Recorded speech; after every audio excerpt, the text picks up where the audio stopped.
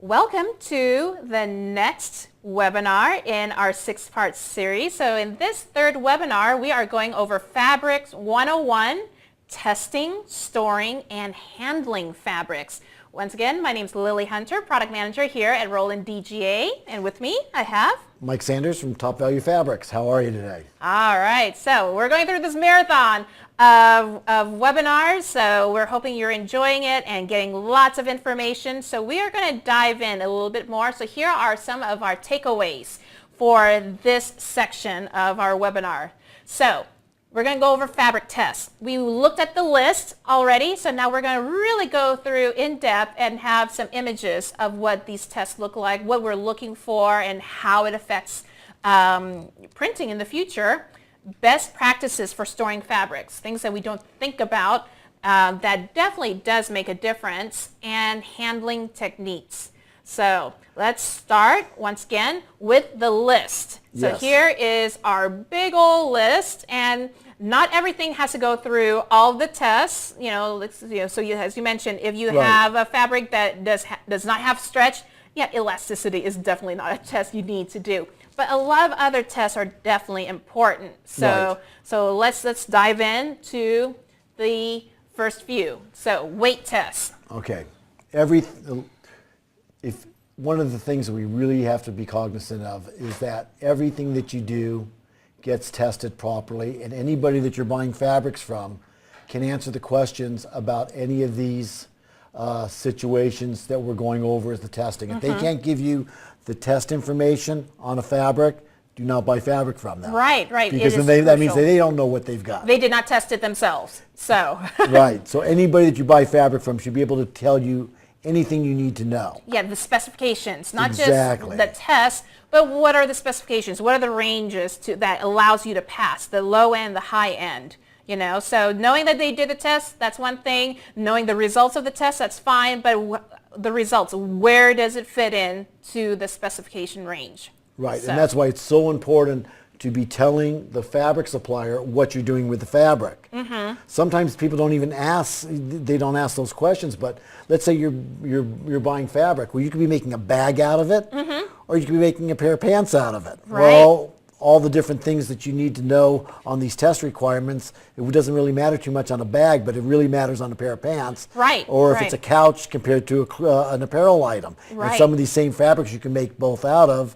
So it's really being sure that you're telling them what you're doing with the fabric. That way, there's no surprises, and you Right. get the outcome that you want. And as you've said before, if you are feeling nervous about sharing what you're making, do an NDA, Yes. non-disclosure. So that way, it's best to lay it out there and say, this is what we're making, these are the requirements, Yes. and what's the best thing. Right. And from there, you, at the fabric supplier, like TVF, should be able to say, here are a few, not just one, but a few options. Here are the different things, and kind of go over different things. Right. I mean, yes, because we have millions of yards of fabric, and Yes. we have lots of different ways to make depending on what you're doing. So if we know what you're making, you may be thinking that you want to do it out of this fabric, but we can tell you, well, if you use this fabric, you're going to have all these less issues. So that's why it's so important to do it. We've had so many times where we've done stuff, sold fabric to a customer, and then they say they had a problem with it. And it's because they didn't tell us what they were doing with it. Right, what the end use is And for. if they would have told us that, we would have told them, well, you don't want that fabric, which is what they asked for. You should have been asking for This this fabric. fabric. So All that's right. why it's really important to be upfront with who you're getting your fabric from and be real partners. Right. So test-wise, weight tests. Okay, so first So- thing we do, and we normally call it punching the fabric, because Okay. what we do is we see the circles there? We have a machine that cuts out a circle, we weigh it, and it tells us the exact weight of the fabric. Right, and you're doing this across the width? No, we're just cutting a circle out of it. Right, but are you cutting circles throughout the fabric, or You just... can, depending on what it is, if you think it's a fabric that could have variations along the width, you can do like 6 across, and then, Right. and then you can average it out, but you can also tell if there's any differences between it. Right. fabric that we would do, we would not have a fabric Right. like that, so that would be a fabric you wouldn't want to sell. Right, And right. that would be something that we wouldn't even have on the shelf, but that does happen, perfect what you said. Yes, yes. So first we're going to do that, and that's on every yard that comes into our place. We have a punch and a weight for the fabric. The next slide there is burst strength, which means the strength of the fabric. On some things, people want to know how much tension it'll go through, Right. depending if you're doing it, depending on what it's holding. If it's a bag or a suitcase or something, they want to Right. know what the burst strength is. Right. Probably the number one test that Yes. we're talking about is the shrinkage test. Yes, yes. And we got And- lots of questions about shrinkage. Yes, and that's probably the most important test you can do because that's what everybody's always at. Right. Probably the biggest problem that you'll see with fabrics is the shrinkage, and certain fabrics are much more have more problems. They're more problem child fabrics. Other ones are very easy. You really never have an issue with it. Right. But that also has to do with the way you do it. I don't have an issue on it, but somebody may have an Right. issue on it if they're not putting it through the right machinery Or the to get the process. shrinkage out, Right. to get it out. And wovens and knits and warp knits have totally different issues going on. But when we're doing it, we were testing for, when we do a wash test, the length and the width, and then also the torque. So if you see on the bottom picture there, they actually we have a square going there. And what we're doing is we're doing a marker on it, and we're doing a 20-inch marker on either side.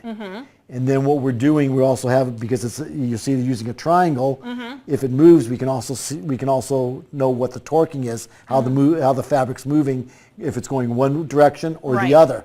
Right. So that's very, very important to do. And when they do the marker, you take it and you wash it, and you want to wash it the exact same way it's going to be used. Right. If we're So doing a fabric that's going to a garment dyer, we want to do the wash test in a garment dye machine.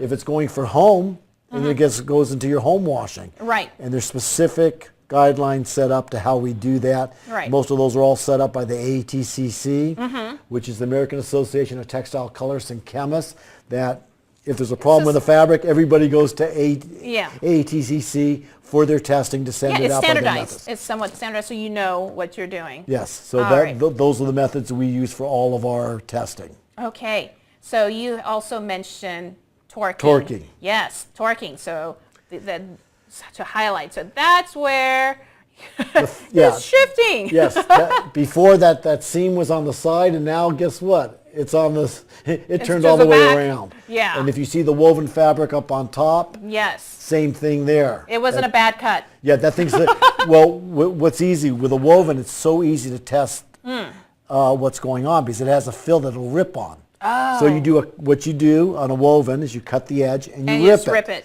And as you see right there, we ripped them, and that's rejected. Right. Would never go out. A lot of people don't do that. We make sure any batch we get, we do that, and if something has that issue, it's never going to go to the customer. Right. Right. And these things are so important, especially in signage also, because if you have a fabric and you put it into a frame system, and it goes in there, and it starts torquing like that in your Right. frame system.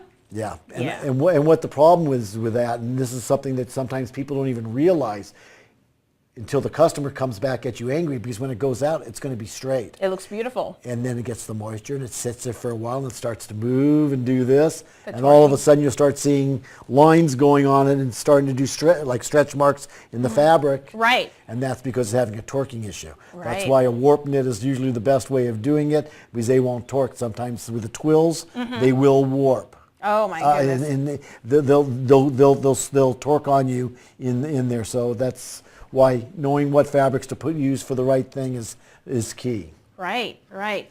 Okay, another big test, your flame repel FR test. So and we had mentioned earlier, you've got the California State Fire Marshal that is like, Title 19. Yeah, the top. You can pass that. Everything passes. Everything passes, yes. Right, right. Because California's tougher than any other state in the nation. Right, on right. that. So the Title So 19. if someone asks, oh, I need to pass New York, well, hey, if it passes the California State Fire Marshal Title 19, yes, it passes. Yes. Obvious. Most people want the ASTM E84, and that's the normal one. And then sometimes it's European specs, depending if sometimes we'll do stuff and it goes out of the country or travels. Right. A lot of the trade show stuff travels all over the world. Right, right. And then they'll want the European spec too, because when you go into any kind of an arena or a hotel or any type thing like that, at any given time the fire marshal can come to you and ask for the certificate. If you don't have it, they can tell you you're not putting it up. Right. And then what do you do? Right. So basically, with these tests, you are just looking at the reaction of the fabric as it's over a flame to see. Right. And what happens with it, you put the flame on it. It's the exact size of the flame, exact machine that has to do it. You have to have that equipment to test it. And it's putting the flame on it, and then the flame goes off, and then the fabric has to be completely no glow, no extinguisher. Kind of smoldered. Like 3 seconds. And right. That's, yeah. And with this, I believe it's a pass or fail. Yes. There's no in between. There's not, it was good for up to this. You're either going to pass it or you're going to fail it. You either get the certificate for it or you don't. Yes. And sometimes, and we went over this earlier about testing it yourself. Yeah. The one thing is if you go to do that, and I do suggest it on certain things, if you're running a lot of it, to know what it does, but do it outside. Yes. Have a fire extinguisher next to you, because you want to know if it's going to burn or not. Right. And you can do that just with a match, holding it on up. Right, you don't need a blowtorch. You take the match away from it, and after 3 seconds it should be out. If it's not, and it starts flaming up on you, you got a problem. And be very careful. Yes, be careful. Wear gloves. Yes, because Heat-resistant gloves. Well, because with polyesters they melt. Yes. And that drip of the thing, if your hand is by there where it drips, it's going to burn on you. So be very, very careful when you do that. Yes. I don't suggest doing it without having it set up properly. Right, right. So that's our disclaimer. Yes. We want you safe. We want you to have all your fingers and toes. Yes. Or if you really want to do it, take a piece of it and send it out to a testing facility. Right. There are many testing labs. All over the world. In every city there's a testing facility you can send out stuff to, and they'll tell you if it passes or fails. Right, right. Just to make sure that, you know. Yeah. If you're worried about it, send it out. Right. If you're worried if your supplier is not giving you what it's supposed to be, then just because you have a certificate doesn't mean it's going to pass. Yeah, that first one may pass, but they loaded it up with chemical to get it through, but then later on, when they run the next batch or lot. So this is definitely not with TVF. You guys are very reputable, and there are good reputable companies out there. But for those that you see, oh, hey, it passes a fire rating, and oh, here's a certificate, but it's really cheap in comparison to the others. That might be your cue to make sure they're honest and test and see. That's exactly correct. All right. So pilling and snagging tests. Okay. I imagine this is more so with, pilling more so for apparel, but snagging, that can be both apparel, signage and things of that nature. Yes, I mean, depending on what it is, and there are different tests on the pilling and the snagging, depending on what it's going to be made into. Yeah. The machine you see here is mainly for an apparel type of a situation. We also have this different pilling test if you're doing home furnishings. Right, that's right. You don't want your couch to start pilling. Yes, and that's a latent defect. You know, one of the things with apparel is you're looking after it goes through a washing machine. Right. Like cheap T-shirt. Yes. All of a sudden, swap meet T-shirts where you get like 20 for $5. Yeah, you start. That's usually always open-end yarns, which is the cheapest. But they will pill after 2 or 3 washings. You'll start seeing them get worse and worse. So that's what we're doing there. Rayons are very pill-sensitive type fabrics. So depending on what different fabrics have different, you know which ones have issues. Okay. And then the better the yarn, longer stem, better staple, doesn't come apart. That's why they're like in cottons, the Supimas are long stem. Things like that. And also with the polyesters, we can do a long stem on that too, so they don't have those issues. Right. So pilling is very, very important. And on a couch, you're worried about after people keep sitting, because everybody sits in the same spot time after time. Right. So we have the test, and there's 3 different types. There's what they call light duty, medium duty, and heavy duty. Right. 15,000 rubs, 30,000 rubs, and 50,000 rubs. Right. So the fabrics that we do. So there are different durability ratings. Exactly. You need to know that, because you don't want to spend all that money get something that's for home furnishing, especially a couch, send it out to the upholsterer, they do it, it's been there for 6 months, and all of a sudden somebody wants you to pay for reupholstering their couch. Right, right. Terrible. So you need to make sure that whoever you're getting stuff for upholstery has that testing and has the certificates for you. Right, then this goes beyond just the graphics looking pretty and you're fulfilling a job. This is the durability, longevity in the fabric and things. So the pilling on that is extremely important. Right. And snagging is more of your things like your So let's, jerseys yes. and things like this. For instance, this here is an interlock, and the beauty about an interlock, it has a locking stitch. So, and it's very snag proof. One of the things people do is, quick test, you get a piece of Velcro, you rub it on the fabric. And you'll see some will stick really good, and some are, oh, this is great. Yeah. Because if you do on certain fabrics and you do back into a brick wall or a chain link fence, it'll grab and sometimes ruin the garment. Right, So, especially these like, you know, bicycle jerseys. I mean, now you understand why they can go into the hundreds of dollars for this. It's, and also knowing the constructions. For instance, this is a construction that we have that mechanical stretch in the width, but not in the length. If the length stretched, the water bottle would be down in your bicycle treads. You'd be tripping as you're riding. Exactly. So you really, really need to know the stretch. the stretchability. Right, right. All right. Let's take a look at the snagging. I'm sorry, the snagging. Yes. All right. A couple other tests. Air permeability. Let's say you have a fence fabric or a flag fabric. It's how the wind blows through it. Right. You don't want to sail. You want the air to flow through. And also on apparel piece, they want ones that go, a lot of the sports meshes and stuff, they want it to breathe. Right. So this will tell you what it is and you can get a rating. Jerseys, the football jerseys and things like that. All right, very important, moisture test. Moisture management. And this is the thing with the dye sub for all the performance and the athleisure wear. Yes, that's all how it breathes and wears. Right.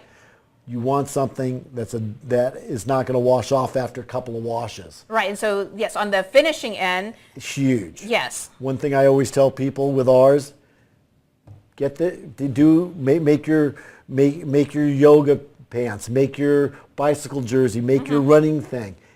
Give it to your best runner. Everybody always has someone that can test it. Right. But give it to them after you've washed it 10 times. And do that with what you've got and what you're testing, and ask them which one breathes better. Right. And you'll know which works better. I mean, it's really important that they're not all the same, and they don't work the same. Right, the finishes are different. And out the door, after the first couple of washes, they're all good. Yeah. To the most part. Right, but what happens after 10, 20 washes?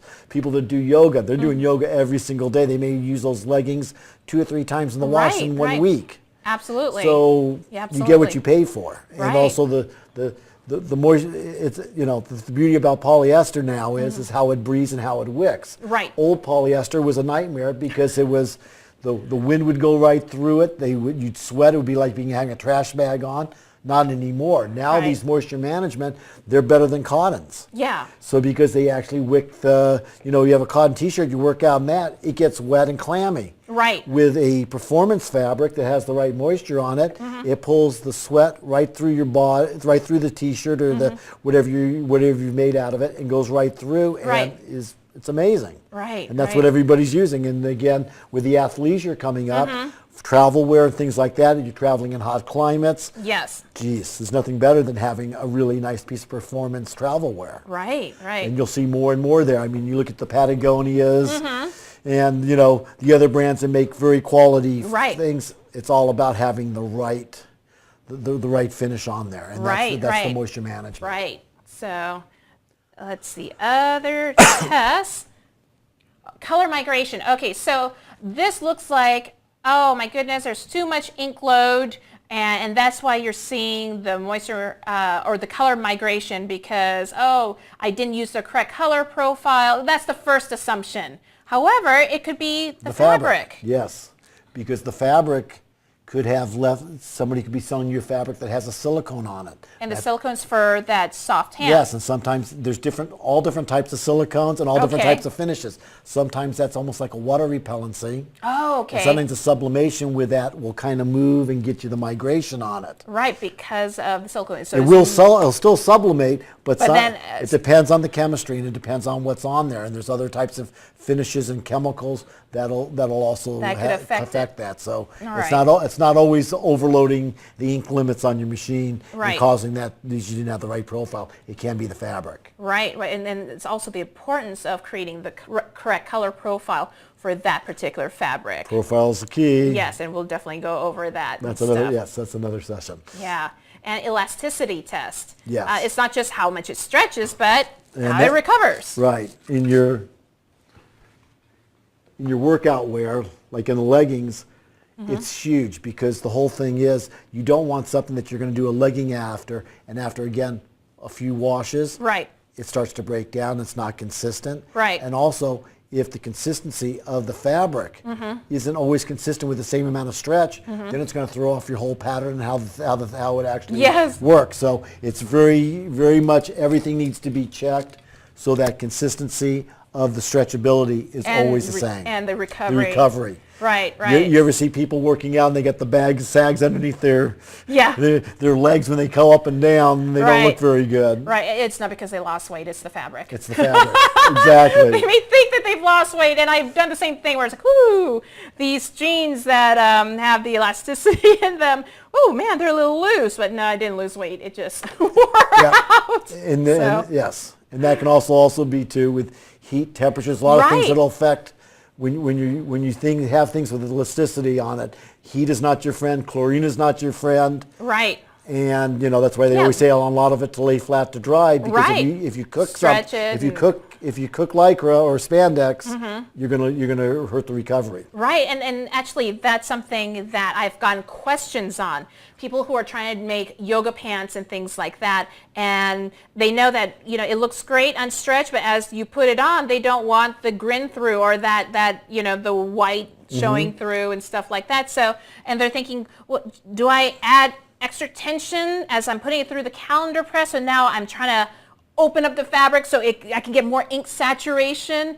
But when you do that, you're actually doing more harm than good. Right. So sometimes you can do is just take it and cut it in the opposite direction. It's a four-way stretch. So you turn your pattern the other direction, then you don't get the grin through. Right. When it does, and that's Yeah. that's what if you start looking at things, you'll see that that's what a lot of the There are different manufacturers do, so you don't get the grin through.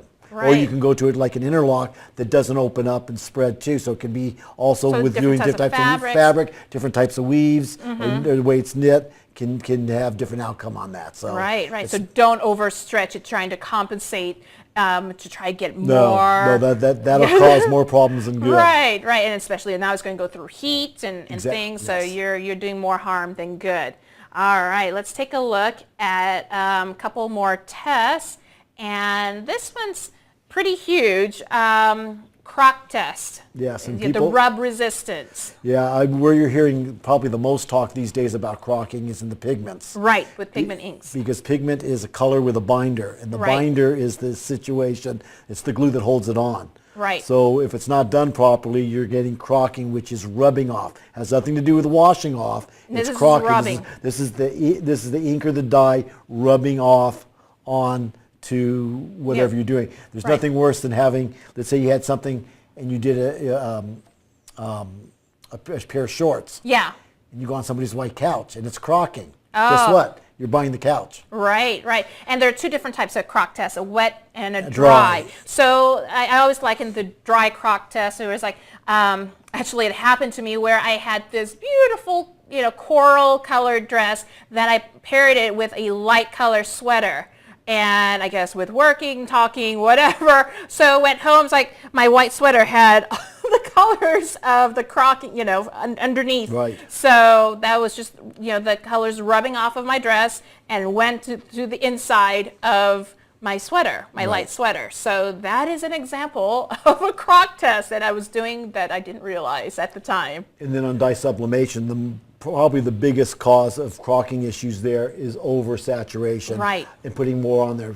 Fabric can only hold so much dye. There's a point there where you oversaturate the fabric with it, and what ends up happening is it's laying on the surface. Right, yeah. You may think it looks great and everything, but it looks vibrant, but then... And if you're doing a sign, you're probably going to get away with it. Right. Reusing it will be a problem because it's going to rub off when you go to pack it. Right. But right off the bat, you might get away with it on signage, but you're not going to get away with it with clothing. Right, because like you said, the fabric can only accept so much. And the neat thing with sublimation is it actually has great wet and dry crock results. As long as you have the right color profile, the right ink limit, you're not Exactly. oversaturating anything. So, yeah. Profiling and knowing there, it's because how many times do you hear that, oh, I'm using one setting for everything? Right. Oh my God, you got a fabric that's 3 ounces, you got another fabric that's 12 ounces. Yeah. One's going to be great and one's going to be terrible. Right. So, if you run it all in the same setting, that's why the profiling and understanding how to, knowing what kind of paper you use, know how you heat set, and know what your limits are with the profiling are all part of the whole thing. Absolutely. Okay, now, in regards, we spoke briefly about this, fabric cores. And on the left, those are what I call the paper towel or toilet paper cores, those that just bend and bow and look horrible. And on the right are your cores. Those are our cores. Yeah, and one look thing at the difference in the wall thickness. And it makes such a difference, especially when you're going to put it through the calendar press. Right, and the one thing with that is the cheaper tubes, or if you have any recycle in the tube, it takes the strength.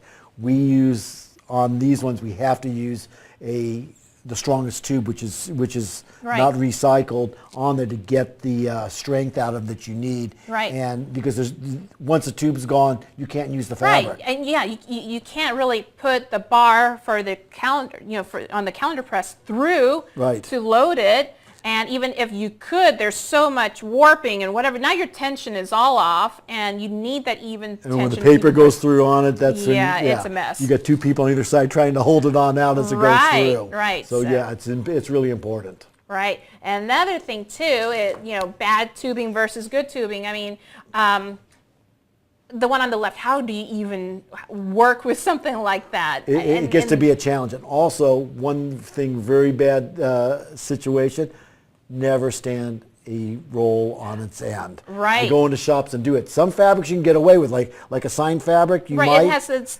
But even after long periods of time, it starts to sag. The stuff on the top goes to the bottom. If it's a knit, you're going to ruin it. You're going to do that. You can do that. You want to have them perfect. You want to lay them flat. Look at the edges. It's going to walk on you. So if you have a nice roll, it just runs really nice. Even tension. The fabric's not walking to the left or right, because then your graphics are hopefully printed and evenly on and stuff. So now you have paper that's going one way, the printed paper, and then your fabric's going different way. You're going to get horrible results. And you want to be able to, when you get to the point where you're doing the sublimation, you're putting the paper on and doing it, you want to be able to put that roll on it and walk away with it pretty much. And you can do that if you have nice rolls. If you have the other roll, you're going to have probably one person on either side all day. There's going to be like QA 24. So what did you say? What did you save money-wise? Right. Yeah, one person just standing there looking and going, "Oh my goodness, I'm watching fabric all day." Why does that guy have to be there all day? He could be doing something else. Right. And we were talking about this earlier in regards to defects and solutions and how it's tagged. So here are some of the defects that are common in fabrics. And if it's not used for printing, it's not an issue. You can cut it out and work around it. But look at some of those defects with the big old seams and things like that. Try putting that through a printer if you're doing a direct to print. It could rip the paper all the way across. Right. It could. You're definitely going to have to reprint it. That's the least problem. Yeah. You're going to have to just take it back and reprint it. You're going to lose all that. Imagine if you're like maybe 60 to 80% done with your print job or sublimation, and then that last bit is there. It's like you have to redo the job. Exactly. So things like seams left in, like I said, in normal cutting, they would just cut that out on the cutting table. But doing digital printing, you cannot have surprises like that. Well, and one of the things that people do, if you see the tag on the right side, the little arrow, sometimes they'll tag fabrics. Well, guess what? If that's in your calendar, that goes into your calendar as you're putting the paper through, and that starts doing going through your calendar, Yeah. it's going to make a lot of defects. Right, so right. You can't and have plus things like that. You don't know where in the roll it is. So what we do is, if you look on the left side where we have a little string on the selvage, that won't get in the way of anything. We do it like that. We take the other markings off. We inspect it. If there's a defect, they're going to put that on there. So It's flagged properly. you know exactly what you're dealing with. Right. Same thing with signage. Those big rolls are 10 foot. You may be doing something that's a banner that goes 30, 40 feet. You get 20 feet in there and you get a defect. Oh my goodness. And that's expensive. Yeah. You're talking 10-foot fabric. Right. Some of those fabrics, if you're doing a block out or something, it can get very expensive. So you really, really want to make sure that everything is tagged right and all the defects are there. Like lint on the fabric can also cause a huge problem. Yes. So it's just making sure that where you're getting your fabrics, keep it clean. Yeah. Keep it clean. And good tubes and cores. Yeah, it's just having a supplier that knows how to give you a product that's going to run without any issues. Okay, kind of backing up to the core situation. We were at a trade show in Mexico, and so we were working with a dealer, and we had our rolling booth. We also had a calendar press in there, and so all of a sudden you get this pile of fabric, and this is what we were supposed to use. No cores. Not even a toilet paper core that bows. This was nothing. It was just fabric. And I'm wondering, we are at a trade show. Yep. How do I even feed it through, keep the even tension? Right. And I got dust and dirt and debris on the floor where the pile of fabric is laying down. It was a nightmare. And then and you don't want people to think, oh my gosh, your printer's horrible. And you have all these other circumstances that's affecting the output. Right. So you really want to make sure that that's done right. And, yes. and those are what we call flat folded, and that's sometimes how fabric comes to people. Oh, they don't realize that for digital printing, you have to have, it's all got to be on a core. Some machines will take a 3-inch core, some were 2-inch. It depends on the machines. Right. So you need to know what's there. Hopefully they can take both. But again, it all has to do with the tube, and it doesn't have a problem. My assumption was everyone supplies it on a core, at least a 3-inch core.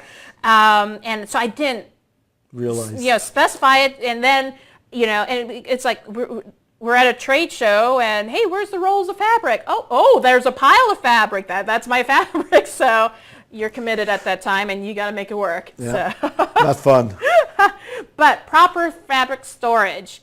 As you were saying, yes. Don't stack it standing up. So with in vinyl world, you're so used to stacking the rolls standing up, and if you do that with fabrics, especially those that just everything, gravity pulls everything to the bottom, and the tension and also your shrinkage. Yeah, your shrinkage is shot if you stand it up. So the one thing that I always tell people: never stand up a roll, always keep it laid down. And don't, if you're going into like a cutting room, you'll see fabrics where they crisscross it. They'll put rolls going in both directions. Okay, to make it stack so they won't roll off. Right. That's fine if you're going to go and get wet process and it's going to keep on doing it. But if you print it and you do that, those lay marks from crisscrossing it will get on there. And especially the bottom ones, because now everything's stacking on it. Exactly. So you have the little indents and stuff that's going to affect your outcome. So this is how you should be stacking. You should be no Jenga style. Right. And always have on the bottom, the wood has to be out there, because that bottom row. You don't want it to bow over. And also cuts into it. If you're, let's say you have it on a pallet and you've got it piled high. Right. That bottom row from that pallet. So when I say either put the number one, at least put cardboard over it. I usually tell people get plywood and put it on, and always have a flat surface. For that stability. Because if it has things that are going to mark into it, you're going to lose 10 yards on every roll. Right, and who wants to do that? And on lighter fabrics, it can be even more. Right. And also we were talking about not just fabric storage, but conditioning.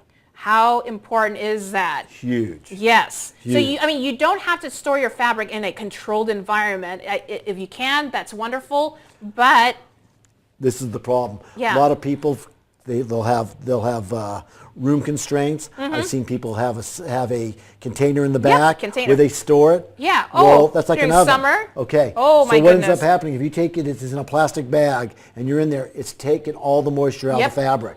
completely done it. And what's on the top and what's on the bottom is completely different amount of moisture left in there. Guess what? Your printing is going to be blotchy. It's going to be terrible because the no moisture in there makes it how, when you sublimate, how it goes into the fabric. Yep, it's a steaming effect, and you see the kind of the watermarks, and, and versus a sublimation of the solids going into gas. You're now going through the solid, liquid, and exactly. Yeah, and so think of it as wine. Yeah.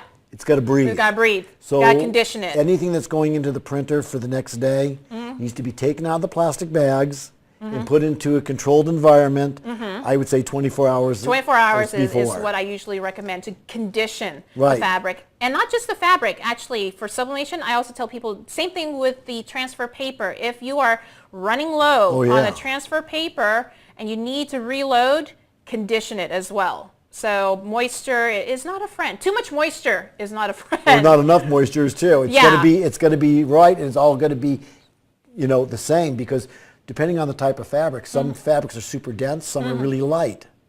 Well, they all breathe differently. Right. And if they're dense, they really, once they get the moisture sucked out, it takes a long time for them to come back. A lot of signage problems, oh my God. I've seen things that, again, and it all usually happens in containers, or even some places where it's really hot and dry, it can really do it. Absolutely. So, yeah, condition your fabrics. Absolutely. And this is actually pretty neat, which we don't think about as we are purchasing fabrics, how it leaves your factory or your warehouse. And proper packaging is so important, because the last thing you want is a roll of fabric that's been crushed, beaten down, stepped on, rolled over. We build these skids and pallets so strong to be shipped, and still you put the sign that says "Do not stack." Stack. We have you see there's a cone on the top of that. So it comes in stacked. Yeah. So it's not so much how it goes out, and it's not when it gets to you. It's when they offload it at the terminals. It's that freight carrier. Things you don't think about.